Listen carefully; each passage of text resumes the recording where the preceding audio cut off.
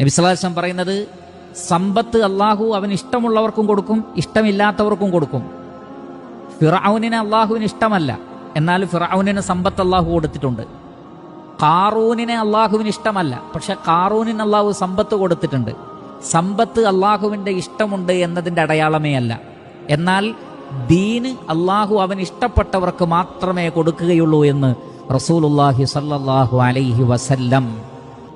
ഒരു വ്യക്തിക്ക് അള്ളാഹു നൽകുന്ന അനുഗ്രഹങ്ങളിൽ വെച്ച് ഏറ്റവും വലിയ അനുഗ്രഹം എന്ന് പറയുന്നത് ഇൽമാണ്, ഹുക്മും ഇൽമുമാണ്, ഖുർആനിലും ഹദീസിലുമുള്ള വിജ്ഞാനമാണ്.